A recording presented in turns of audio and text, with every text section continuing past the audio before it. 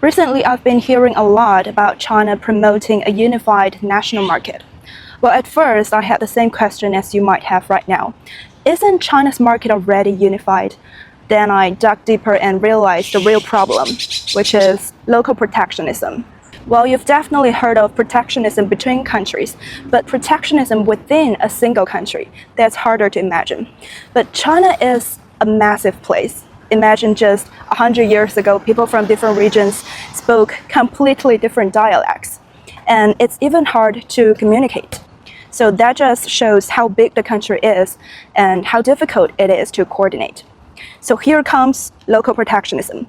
Let me tell you two short stories to explain that concept. So back in 1980s, wool coat became super trendy in China, and all the clothing factories wanted wool, but the supply was tight. If you had wool back then, you would definitely want to raise prices, right? And that's exactly what some wool-producing regions did. And they started charging extra fees to outsiders.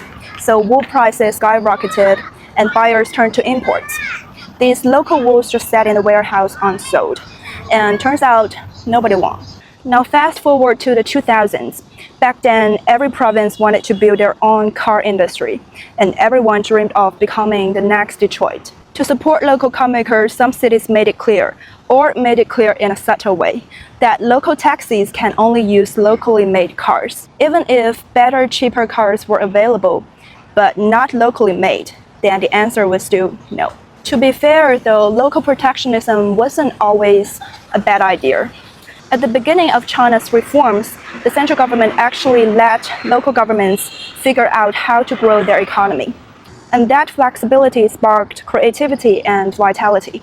Local governments offer tax breaks, cheap land to attract factories. And you see, China urbanized fast. Millions of people moved from the farmlands to the factories, to the cities, and there were more jobs, more taxes, and better GDP growth. And apparently, today's China is not the China of 20 years ago. And at this stage, the downside of local protectionism are starting to outweigh the benefits.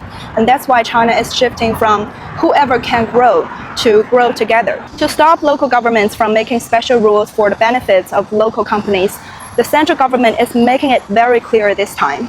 They will further standardize government practices to ensure fair and healthy competition. From my understanding, this is more like a market-oriented reform. And China really knows its strength. Its huge domestic market and the ability to act at scale and act together.